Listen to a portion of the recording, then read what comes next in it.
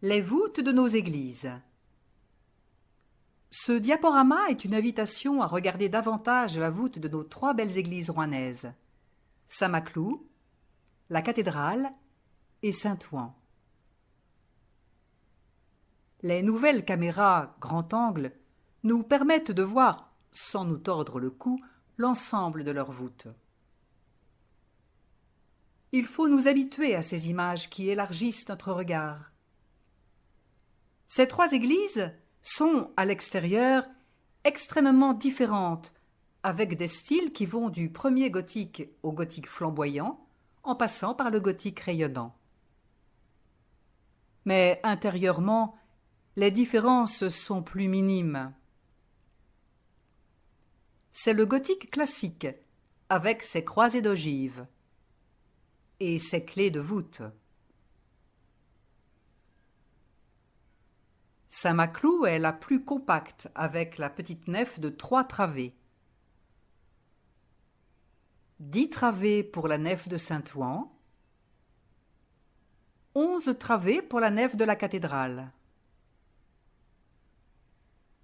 Saint-Maclou présente une tour-lanterne qui inonde de lumière le centre de l'église, particulièrement lorsque le soleil vient la frapper. Avec ses 16 nervures, autour d'une clé de voûte de style Renaissance,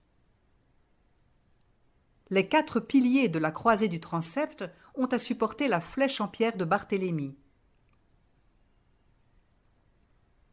L'église Saint-Maclou présente une poutre de gloire surmontée d'un crucifix.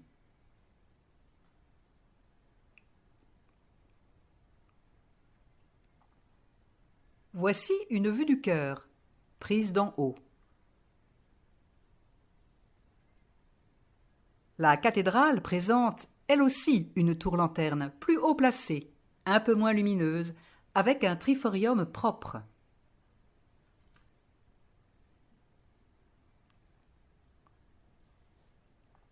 L'œil se porte aussi sur les 4 piliers de la croisée du transept qui ont à supporter la charge considérable de la flèche de fonte à l'avoine.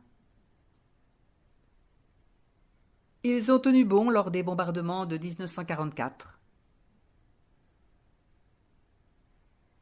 La longue voûte de la nef conduit le regard jusqu'à la rose et l'orgue. Le chœur et ses 5 travées. Une vue du chœur avec son crucifix. Le transept nord et sa rose. L'abbatiale Saint-Ouen est impressionnante avec ses 137 mètres de long, ce qui lui donne une voûte particulièrement longue.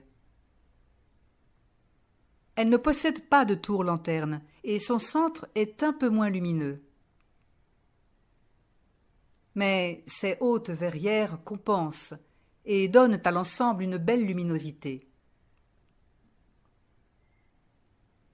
La longue voûte de la nef conduit le regard jusqu'à l'orgue.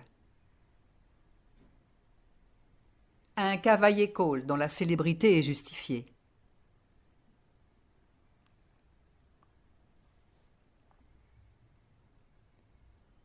Cette longue voûte a servi d'écran en avril 2014 pour le spectacle Gothique frémissant.